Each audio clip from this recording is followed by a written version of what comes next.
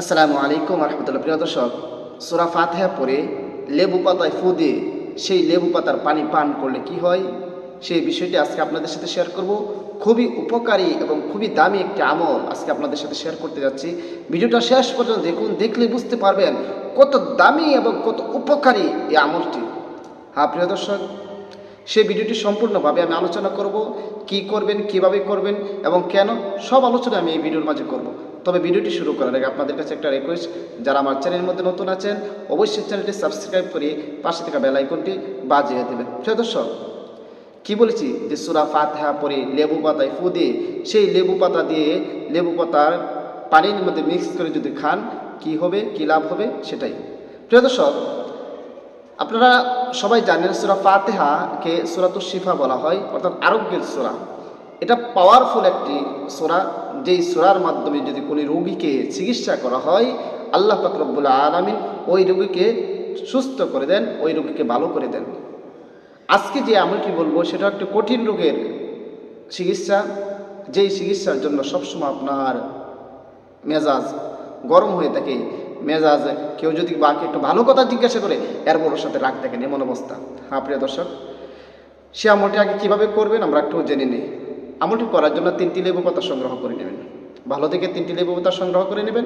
এরপর 3টি লেবু পাতা একটু দৌত করে নেবেন যেন ময়লা না থাকে, এবং আমলটি করবেন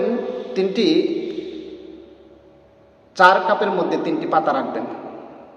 পাতা রেখে এরপর আপনি আমলটি করবেন। 4 কাপের মাঝে 3টি 4 কাপ জল নেবেন, এগুলোর মধ্যে পানি নেবেন, ছোটো 4 কাপ নেবেন এবং এগুলোর মধ্যে লেবু পাতাটা রেখে দিবেন এবং এগুলো আপনি সামনে রাখবেন যখন আমল করবেন। এবং আমল করার আগে উযু করে নেবেন, পবিত্র হয়ে নেবেন, কারণ পবিত্রতা মহান আল্লাহ পাক রব্বুল আলামিনের সিফাত। আল্লাহ পাক রব্বুল আলামিন নিজে পবিত্র, আর পবিত্র থেকে পছন্দ করেন। আর কোনো বান্দা যখন পবিত্র হয়ে কোনো কাজ করে সেই কাজের পাওয়ার, সেই কাজের গ্রহণযোগ্যতাটা মহান আল্লাহ পাক রব্বুল আলামিনের কাছে অনেক বেড়ে যায়। এই জন্য পবিত্র হয়ে উযু করে এরপর আমলটি করবেন। মনে করেন আপনি পবিত্র হয়ে নিলেন, উযু করে নিলেন, এরপর আমলটি করবেন। আমলটি করার সময় তো বললাম ওই 3 কাপ পানির মাঝে 3টি লেবু পাতা রেখে দেবেন। এরপর সামনে রেখে আমলটি করবেন। সর্বপ্রথম 3 বার ইস্তিগফার পড়ে নেবেন। আস্তাগফিরুল্লাহ রাব্বি মিন কুল্লি যামবি ওয়া আতুবু ইলাইহি লা হাওলা ওয়ালা কুওয়াতা ইল্লা বিল্লাহি আলিয়্যিল আযীম। 3 বার ইস্তিগফার পড়ার পরে এরপর 3 বার যে কোনো দুরূদ শরীফ পারেন পড়ে নেবেন। আমি দুরূদে ইব্রাহিম পড়তেছি। اللهم صل على محمد وعلى آل محمد كما صليت على إبراهيم وعلى آل إبراهيم إنك حميد مجيد اللهم بارك على محمد وعلى آل محمد كما باركت على إبراهيم وعلى آل إبراهيم إنك حميد مجيد। এরকম ভাবে 3 বার ইস্তিগফার এবং 3 বার দুরূদ শরীফ পড়ার পরে এরপরে আপনি পড়বেন আউযু বিল্লাহি মিনাশ শাইতানির রাজীম বিসমিল্লাহির রহমানির রহিম আলহামদুলিল্লাহি রাব্বিল আলামিন الرحمن الرحيم مالك يوم الدين إياك نعبد وإياك نستعين اهدنا الصراط المستقيم صراط الذين أنعمت عليهم غير المغضوب عليهم ولا الضالين আমিন। এরপর আপনি ওই লেবু পাতার মধ্যে একটি ফু বা দম করবেন। এরকম ভাবে 7 বার সূরা ফাতিহা পড়ে 7টি ফু বা দম করবেন সেই লেবু পাতার মধ্যে, যেই লেবু পাতাগুলো আপনি কাপের মাঝে রেখেছেন।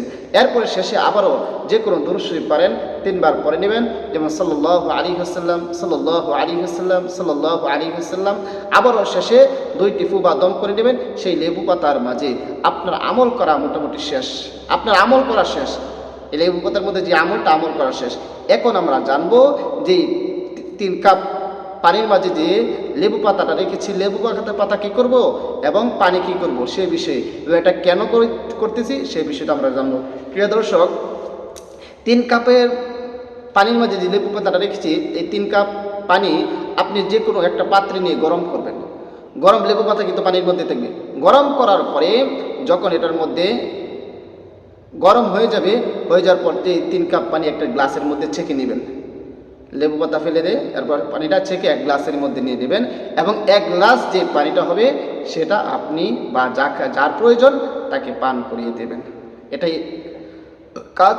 এখন আমরা জানবো এভাবে পানিটা পান করলে তাই কি হয়, কি লাভ হয়। প্রিয় দর্শক, এভাবে পানিটা যদি আপনি পান করতে পারেন তাহলে মাইগ্রেন, মাথা ব্যথা, অর্ধেক মাথা ব্যথা, পিছনে মাথা ব্যথা, এক সাইডে মাথা ব্যথা, সম্পূর্ণ মাথা ব্যথা, মাইগ্রেনের মাথা ব্যথা, যে কোনো ধরনের মাথা ব্যথা হোক, আপনি যদি এভাবে আমল করে খাইতে পারেন, আল্লাহ পাক রব্বুল আলামিন এর উসিলা করে আপনাকে সুস্থ করে দেবেন, আপনাকে এই কঠিন ব্যথা থেকে মুক্তি দান করে দেবেন ইনশাআল্লাহ। প্রিয় দর্শক, আল্লাহর উপর পূর্ণ আস্থা রেখে এই আমলটি করবেন, সহি শুদ্ধভাবে আমলটি করবেন, অবশ্যই ফলাফল পাবেন।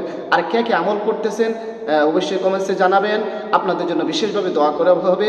আর কার সমস্যা আছে এবং এটা আমল করার পর কী হয়েছে অবশ্যই রেজাল্ট জানাবেন ইনশাআল্লাহ। প্রিয় দর্শক, ভিডিওটা বেশি করে শেয়ার করে দেবেন। সবাইকে অসংখ্য ধন্যবাদ। আসসালামু আলাইকুম রহমতুল্লাহ।